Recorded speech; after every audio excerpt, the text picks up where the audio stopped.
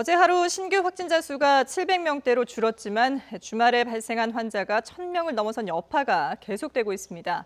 정부는 지금의 상황을 최대 위기로 규정하고 3단계 격상을 포함한 여러 대책을 마련 중입니다. 또 오늘부터 수도권에서는 무료 검사가 실시되고 있고 수도권의 모든 유치원과 초중고 학교들은 이번 주부터 전면 원격 수업으로 전환하기로 했습니다. 자세한 상황 유재복 해설위원 그리고 김경우 서울백병원 가정의학과 교수와 함께 살펴보겠습니다. 안녕하십니까? 네, 안녕하세요. 예. 자, 먼저 어제 하루 발생한 신규 확진자 수 현황부터 살펴봐야 될 것 같은데요. 전날 1,000명을 넘어서면서 상당히 이제 큰 충격을 많은 분들이 받았었는데 어제는 좀 줄었습니다. 줄었지만 상당히 많습니다. 예. 어제 검사가 한 22,000명 됐으니까요. 양성률이 3.2%거든요. 우리나라는 코로나19 전체 양성률이 1.2% 정도 되니까 네. 3배가량 높은 거죠. 결코 적은 숫자가 아니고요. 예. 상당히 많습니다. 오늘부터 이제 그 검사가 확대가 되게 되면 하루에 최대 11만 명까지도 계획을 잡고 있기 때문에 양성률을 주목해서 봐야 됩니다. 예. 2만 명 했을 때 양성률이 3%라면 그게 10만 명 정도로 검사했을 때는 양성률이 그 정도 유지된다면 상당히 많은 수가 나올 수 있거든요. 예. 그러니까 너무 숫자에 일희일비할 필요는 없지만 이 양성률을 낮추는 부분, 이 부분을 좀 신경 써야 될 것 같고요. 어제는 수도권이 한 66% 정도 됐으니까 수도권 비율이 조금 떨어졌죠. 그러니까 이미 전국적인 유행이다 이렇게 네. 이제 평가를 내려도 무리가 없을 것 같습니다. 그리고 어제는 조금 눈여겨봐야 될 것은 사망하신 분이 7명이 늘었고 위중증 환자도 6명이 늘었죠. 그래서 지금 그 위중증이나 그 상태가 좋지 않은 환자들이 이제 계속 늘고 있다는 점. 예. 특히 지난주는 일주일 평균 환자 발생이 거의 1,000명에 육박합니다. 그렇죠. 그렇기 때문에 아마 이번 주에 위중증 환자, 사망자 숫자가 더 늘어날 가능성이 있거든요. 이 부분도 주의 깊게 살펴봐야 될 것 같습니다. 예. 그러니까 전체적인 확진자 수는 700명대로 숫자가 좀 작아지긴 했지만 그래도 전반적인 이런 지표의 상황을 보면 그 내용을 들여다보면 좀 안 좋은 부분들이 오히려 더 많다 이렇게 봐야 되겠군요. 700명이라 하더라도 코로나가 지금 1월 21일에 우리 첫 환자가 나오고 네. 거의 11달 정도 됐죠. 그런데 700명대라는 것은 3, 4위 기록입니다. 그러니까 1,000명보다는 줄었지만 이것이 무슨 700명으로 줄었으니까 그만큼 무언가 개선됐다라고 평가할 수는 없거든요. 예. 그리고 모든 지표는 지금 거의 다 안 좋은 상태로 지금 유지가 되고 있기 때문에 예. 숫자 자체는 별 의미가 없다고 봅니다. 예. 자, 지금 김 교수님 양성률이 3%가 넘어가고 있기 때문에 이걸 줄이기 위한 대책을 마련해야 된다라고 하는데 글쎄요. 지금 일단은 검사가 늘어나게 되면은 양성률이 조금 더 늘어나지 않을까라는 걱정이 되는데요. 어떻게 봐야 될까요? 네, 미국에서 트럼프 대통령이 미국의 신규 확진자 수가 많은 건 검사를 많이 해서 그런 거라고 네. 좀 이상한 발언을 한 것이 있었는데요. 물론 이제 검사를 많이 하게 되면 그동안 못 찾았던 또 검사를 못 받으셨던 분들을 많이 찾아내면서 확진자 수가 늘어날 수가 있는데 문제 이제 말씀하신 양성률이거든요. 그래서 네. 우리가 검사를 많이 해서 확진자가 많이 나타나는 것이 아니고 실제로 신규 확진자 수가 증가하기 때문에 신규 확진자 수가 더 증가한다는 것을 우리가 이제 검사 건수 대비 확진자 수를 비교해 봐서 좀 추정할 수가 있을 텐데 네. 위원님 지적하신 것처럼 양성률이 굉장히 높게 나온다는 건 지금 검사 수가 굉장히 부족하고 검사를 확대하면서 못 찾아낸 확진자를 찾아내야 되는데 이건 단순히 찾아내서 확진자 수가 많아지는 효과보다는 계속 앞으로 확진자 수가 증가하기 때문에 더 확진자 수는 더 많이 나올 것이다. 그러니까 검사를 많이 하는 효과 더하기 확진자 수가 증가하는 효과 때문에 더 많이 나올 것이다 이렇게 예. 봐야 될 것 같습니다. 그러니까 검사량을 늘려서 확진된 사람을 많이 찾아내게 되는 그런 것도 있지만 실제로 또 다른 쪽에서는 감염이 많이 이루어지고 있을 것이다, 확산되고 있을 것이다 이 말씀이신 거잖아요. 그렇습니다. 예. 네, 그렇습니다. 우리가 확진자를 많이 찾아서 나타난 거라 이렇게만 보기에는 어려움이 있을 것 같습니다. 예. 근데 지금 이 확진자가 이렇게 늘어나는 배경에 그 원인으로 계절적인 요인을 많이 꼽고 있거든요. 아무래도 이제 날씨가 추워지다 보니까 실내 활동이 많아지고 그러다 보니 감염이 더 확산이 되는 것이다라는 분석들이 많은데 지금 오늘도 그렇고 어제도 이제 상당히 추웠거든요. 영하 20도까지 내려가는 곳들이 나오고 있는데 그러면은 이런 그 계절적인 영향도 앞으로 더 가속화될 수밖에 없지 않겠습니까? 네, 그렇습니다. 또 많은 분들께서도 느끼시겠지만 이렇게 어떤 식당이나 밀폐된 실내를 들어가시게 되면 확실히 이제 계절이 추워지면서 환기가 잘 안 되고 예. 밀폐된 환경을 더 많이 느끼실 텐데요. 식당에서 1m 거리두기 또 칸막이를 두고 식사를 한다고 해도 충분히 지금같이 밀폐된 데서 또 환기가 안 되는 환경에서는 비말 전파가 더 많이 일어날 수가 있다는 것이 기존의 여러 가지 사례들을 통해서 많이 확인이 네. 됐거든요. 그래서 충분한 거리를 두기를 해도 이렇게 환기가 안 되고 밀폐된 환경에서든 얼마든지 감염 전파가 더 많이 일어날 수 있다. 그래서 앞으로 감염 전파 확진자 수는 더 많이 늘어날 것 같은데 문제는 우리 사회적 거리두기를 강화하면서 이렇게 모임을 자제하고 또 이렇게 마스크를 벗고 밀폐된 위험 중점 관리 시설이나 일반 관리 시설에 대해서는 집합 금지라든가 사용 제한을 하고 있지만 우리가 뭐 밤 9시 이전에라도 언제든지 감염 전파는 계속 일어날 수 있기 때문에 그렇죠. 예. 지금 사회적 거리두기 현재 단계만으로도 우리가 감염 재생산 지수를 낮추는 효과가 좀 미미할 수 있겠다 이렇게 좀 봐야 될 것 같습니다. 그 말씀은 이 사회적 거리두기 단계를 조금 격상할 필요가 있겠다라고 보시는 건가요?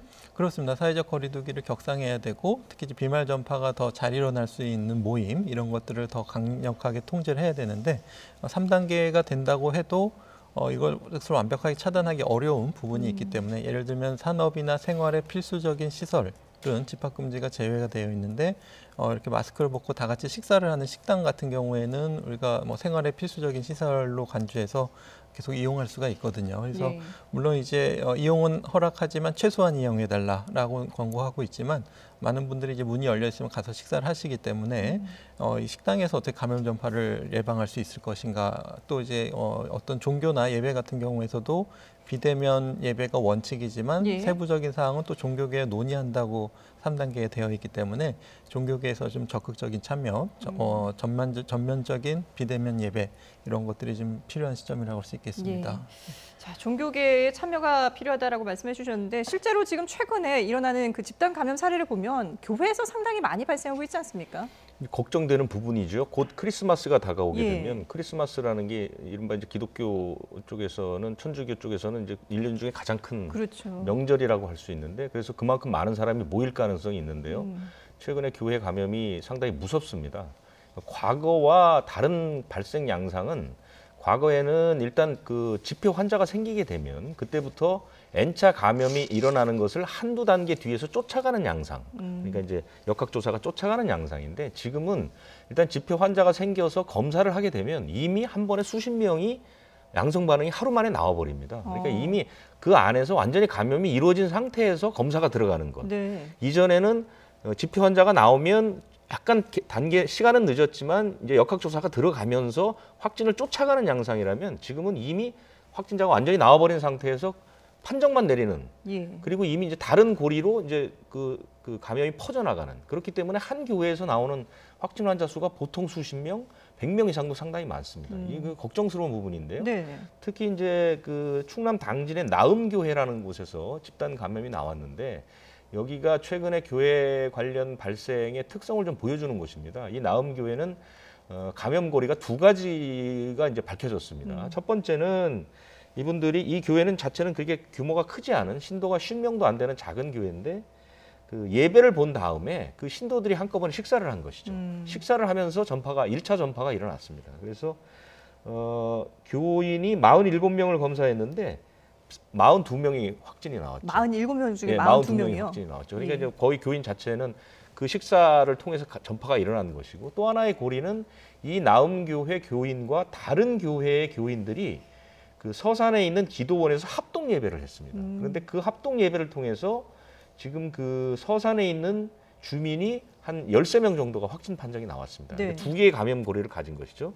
교회 안에서 식사를 통해서 집단 감염이 일어났고 이 집단 감염된 신도들이 다른 교회의 신도들과 합동 예배를 보면서 이제 전파를 시키는 양상. 네네. 그래서 지금 이 당진에 있는 나음교회의 집단 감염은 당진뿐만 아니라 서산, 태안까지 퍼지고 있는 그런 상태인데 더 놀라운 것은 이 나음교회라는 곳은 그 교회에 등록이 안 된 교회입니다.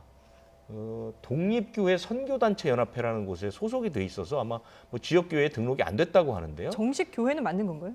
그러니까 지금 그 연합회에 소속돼 있으니까요. 예. 그런데 정확한 저간의 사정을 제가 이 종교는 잘 모르지만 예. 어쨌든 그 당진시의 방역 수칙 점검 대상에서 빠져 있었다는 것이죠. 여태까지. 그러니까 왜 그 사찰 가운데서도 네네. 보면은 등록이 안 된 사찰들이 이게 누락되는 경우들이 종종 있는데 예. 이 교회도 아마 그런 것 같습니다. 그래서 지금까지 아마 방역 수칙이 제대로 안 지켜질 가능성이 높다. 예. 이런 면에서 이제 걱정스러운 것이고요. 서울에 있는 성석교회는 이미 이제 100명 가까이 환자가 나왔고요. 대구의 영신교회 이런 것도 보면 최근에 그 거리두기 단계가 조금 하향되면서 네.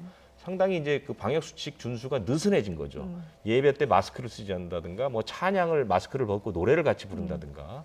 그러니까 과거에 그 교회 집단 감염의 원인으로 지목됐던 그런 일들이 이제 교회에서 이뤄지면서 예. 지금 교회는 전국적으로 그 무수하게 많은 교회에서 확진 환자가 나오는 상황이다. 그러게요. 그래서 아까 김 교수님 말씀하신 것처럼 크리스마스를 앞두고 이 교회의 방역 관련해서는 조금 상당히 주의할 필요가 있다 이렇게 보입니다.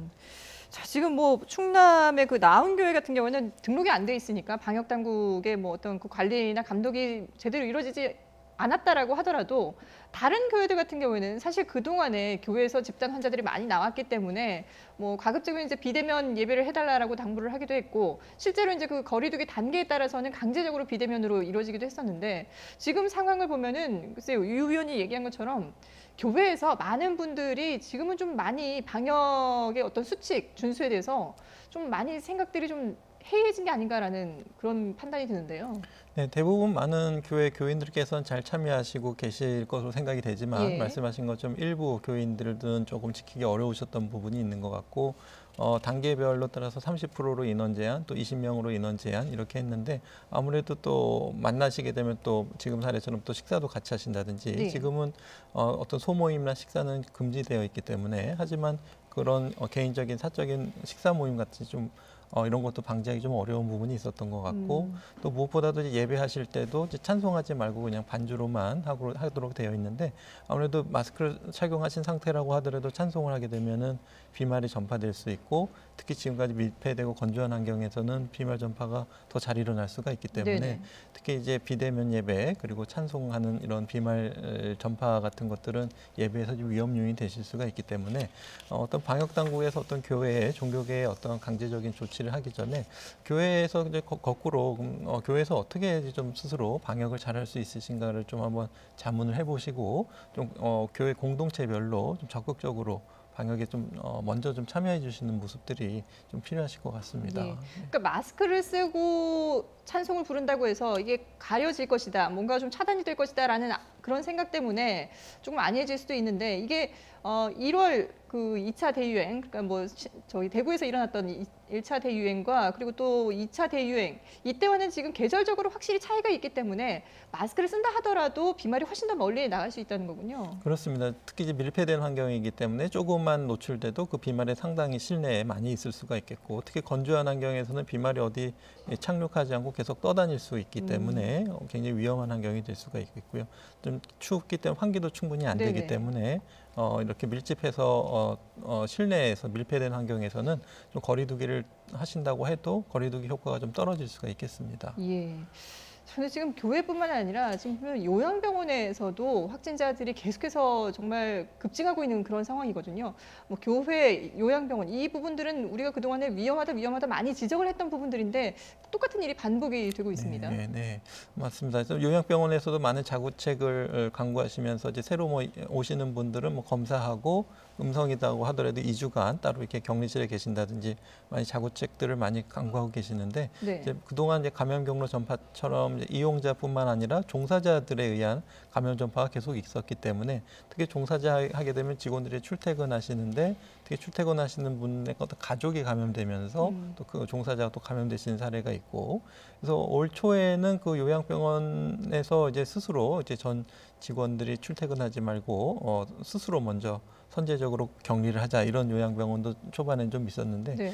지금도 조금 어려우시겠지만 가급적이면은 종사하시는 분들은 출퇴근을 자제하시거나 아니면은 대면 접촉을 최소화하시는 이런 노력들을 통해서 요양병원의 감염을 좀 예방을 해야 될 것 같고요.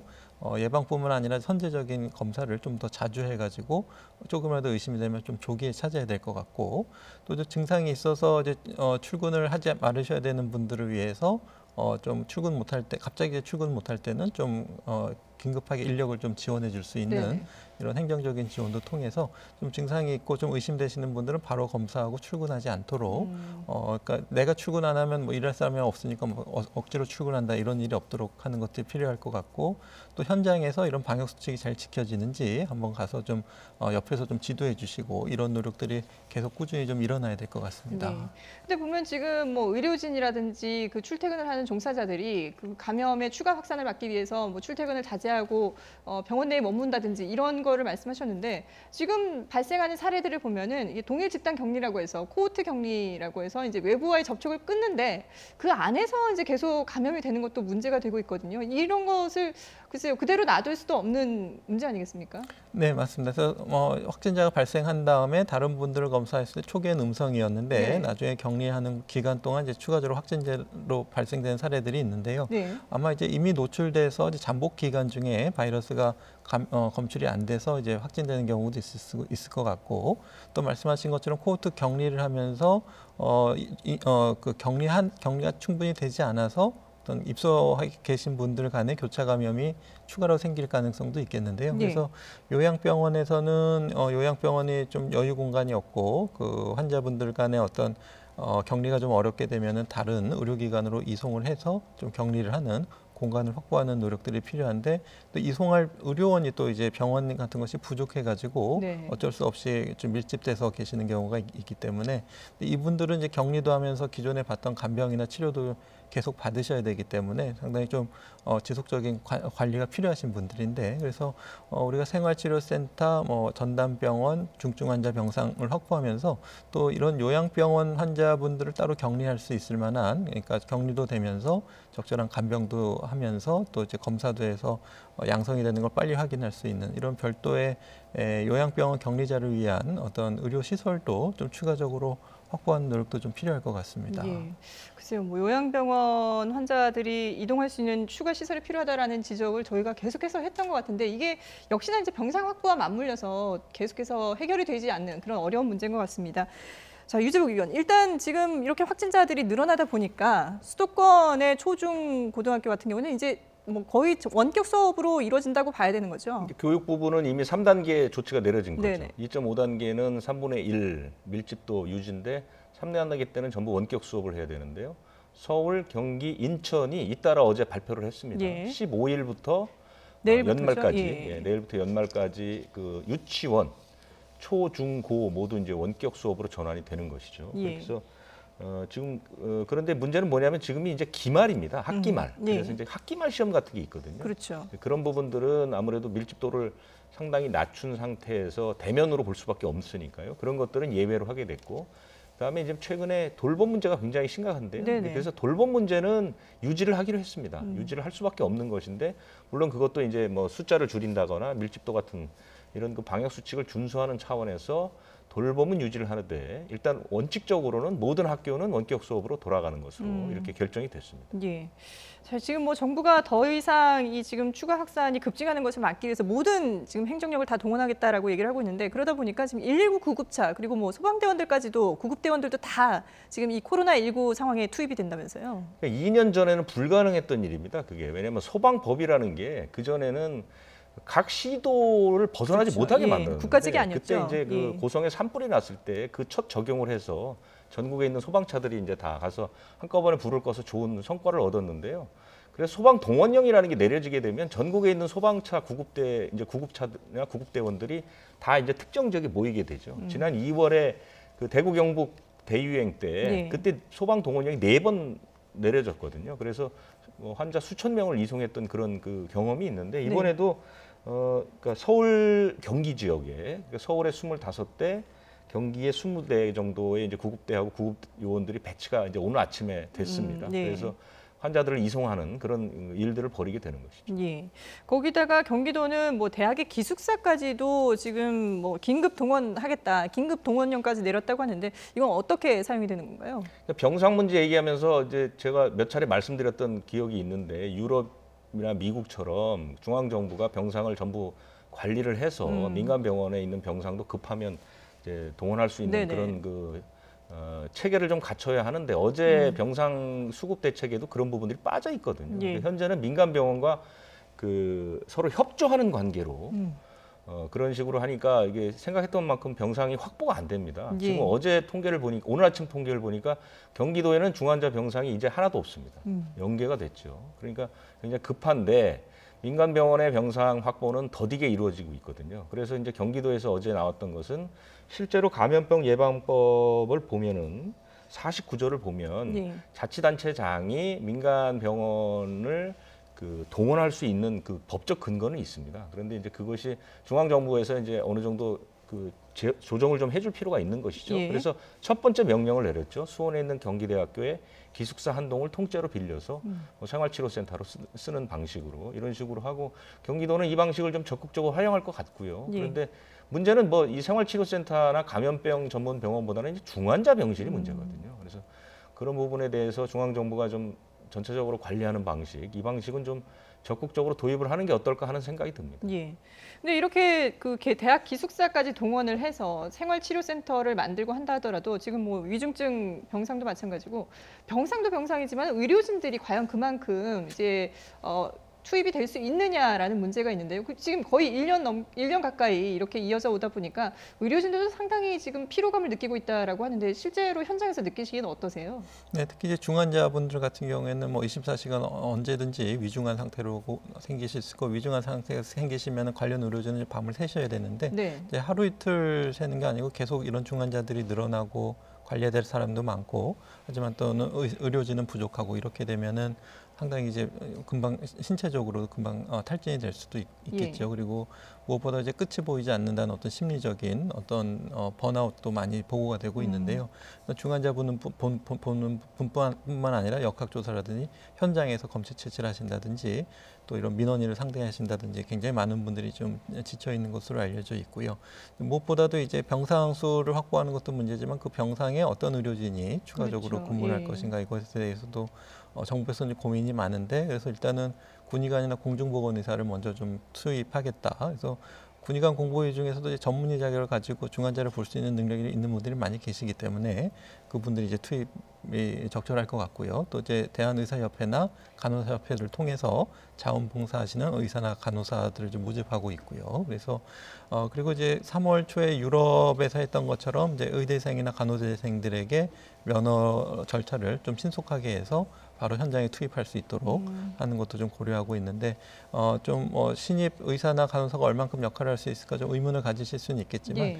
그래도 이제 코로나19로 좀 숙련된 의료진이 그쪽으로 빠지게 되면은 또 코로나19가 아닌 다른 환자를 또 진료해야 된다든지 또 간단한 진료 업무나 이런 것들을 충분히 커버를 해주게 되면은 전문의들은 또 보다 자기 집중된 진료에 더 집중할 수가 있기 때문에 이렇게 역할을 좀 적절히 분담하게 되면 그래도 많은 인력들이 참여하는 것이 훨씬 의료진의 부담도 줄고 또 새로 신설되는 병상도 원활하게 운영할 수 있을 것 같습니다. 예. 의료진과 의료 자원들을 얼마나 적절하게 좀 효율적으로 분배를 하느냐 이게 또 앞으로의 관건이 될 것 같습니다. 지금 상황이 워낙에 심각하다 보니 문재인 대통령도 10개월 만에 중대본 회의를 직접 주재하면서 대책 마련을 촉구했는데요. 문 대통령의 얘기 들어보고 오겠습니다. 지금 확산세를 꺾지 못하면 사회적 거리두기 3단계 격상도 검토해야 하는 중대한 국면입니다. 3단계 격상으로 겪게 될 고통과 피해는 상상하기조차 힘듭니다. 이제 K방역의 성패를 걸고 총력으로 대응해야 할 시점입니다. 코로나 전파 속도를 능가하는 빠른 검사, 선제적인 방역으로 코로나를 단기간에 제압해 나가야 할 것입니다. 정부와 지자체, 민간이 합심하여 병상과 생활치료센터 확보에도 더욱 만전을 기해 주기 바랍니다. 백신과 치료제가 사용되기 전까지 마지막 고비입니다. 그때까지는 사회적 거리두기의 실천이 가장 강한 백신과 치료제입니다. 함께 힘을 모아 주시기 바랍니다. 비상한 상황인 만큼 특히 만남과 이동을 최대한 자제해 주십시오. 사회적 거리두기를 3단계로 높이는 것은 마지막 수단입니다. 네, 사회적 거리두기를 3단계로 격상하는 것은 마지막 수단이다라고 대통령이 얘기를 했는데 뭐 마지막 수단인 건 당연한 얘기인 것 같은데 문제는 그게 언제 이루어지느냐 그 시점이 상당히 중요하지 않겠습니까? 네.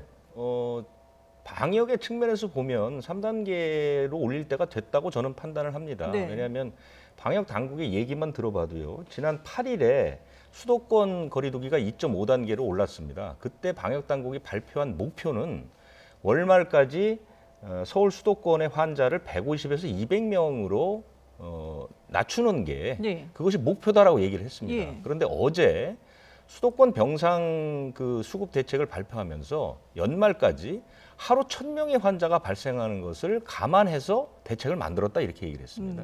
지금 전체적으로 발생 양상을 보거나 방역 당국의 발표만 들어봐도 일단 연말까지 수도권의 환자를 하루 150에서 200명으로 묶는다는 것은 거의 불가능에 가깝다. 네. 그것은 무슨 뜻이냐면 수도권 2.5단계 상향 정책은 실패할 가능성이 대단히 높아졌다는 것이죠. 그렇기 때문에 다음 단계를 고려해야 한다는 것이고 그리고 이 거리두기 상향 또는 조정의 효과는 일주일에서 열흘에서 2주 정도가 지나야 관찰이 가능한 겁니다. 그런데 지금 단계를 조정하더라도 결국 연말이나 돼야 효과를 볼 수 있다는 것이거든요. 그런데 지금 미적거리게 되면 또 내년까지 이 사태가 계속해서 갈 수 있다는 예. 가능성이 있다는 것이죠. 그래서 이 거리두기는 선제적으로 강력하게 올리고 내릴 때는 천천히 신중하게 내려야 된다. 이것이 방역 전문가들의 공통적인 의견입니다. 예. 앞서서 이제 김경호 교수님도 지금 거리두기를 격상할 필요가 있다라고 말씀하셨는데 글쎄요. 많은 사람들이 이제 뭐 격상을 해야 된다라고 요구는 하고 있지만 정부에서 아직까지도 판단을 미루는 것이 이 거리두기 3단계가 당장 시행이 된다 하더라도 극적인 효과, 그러니까 이 확진자 수가 급격하게 떨어지는 그런 효과는 좀 적을 것이다라는 그런 판단 때문일까요? 어떻게 보세요? 네, 그럴 가능성도 염두에 두고 있는 것 같습니다. 예. 지금 감염제 생산 지수가 1.2 그리고 우리가 단계를 올릴 때마다 감염제 생산 지수 감소 효과가 굉장히 미미하게 조금은 있지만은 충분하지 않았기 때문에 그리고 우리가 1,000명씩 발생하는 상황에서 감염제 생산 지수가 1.0이 되면은 아무 의미가 없기 때문에 예. 보다 강력한 조치가 그리고 선제적으로 해야지 더 증가하기 전에 정점이 낮은 상태에서 꺾을 수가 있기 때문에 더 높은 상태에서 해봤자 더 고통의 기간만 길어지기 때문에 하려면 이제 강력한 선제적인 사회적 거리두기 정책이 필요한데, 근데 문제는 조금 더 이제 감염 차단을 하는 방법이 이제 우리가 못 찾는 감염자들의 전파를 막기 위한 사회적 거리두기 정책을 강화하는 것도 있지만 또 한편으로 또 정부가 기대하고 있는 것이 이제 3T를 강화하는 검사를 늘리는 정책을 네. 좀 기대하고 있는 것 같습니다. 아무래도 우리가 이론적으로 보게 되면 감염자를 찾아서 그분만 차단시키면 감염 전파를 줄일 수가 있기 때문에 감염자를 모두 찾아낸다면 우리가 차단한다면은 감염제 생산 지수를 효과적으로 낮출 수가 있는데 지금 150개 추가적으로 신설되는 이런 임시 선별 진료소가 얼만큼 감염자를 찾는 데 역할을 할지가 조금 좀 지켜봐야 되는 상황인데 강력한 검사의 사례는 전수 검사를 이제 예를 들 수가 있을 것 네. 같은데요. 그 기억하실지 모르겠지만 8월 중순에 그 우한 수영장에서 풀파티하는 마스크를 쓰지 않는 그런 사진이 한 장 보도된 적이 있었는데 네.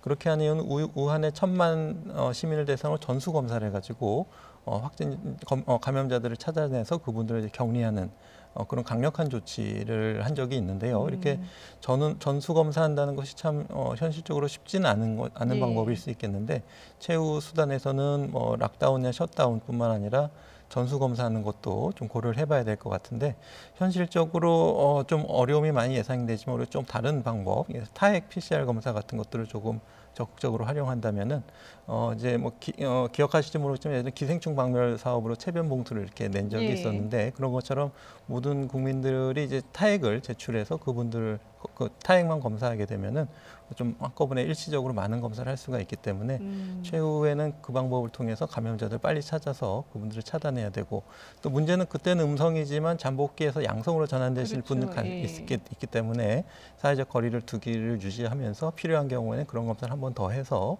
찾아내는 그런 최후의 방법까지도 좀 고려해봐야 될 것 같습니다. 예. 어쨌든 지금 거리두기 3단계는 최후의 보루로 남겨놓고 있는 상황인데 그 전에 모든 방법을 다 동원해서 이 확진 추세를 조금이라도 꺾을 수 있기를 기대를 해보겠습니다. 네, 지금까지 코로나19 상황 유재복 해설위원 그리고 김경우 서울백병원 가정의학과 교수와 함께 얘기 나눠봤습니다. 잘 들었습니다. 네, 감사합니다.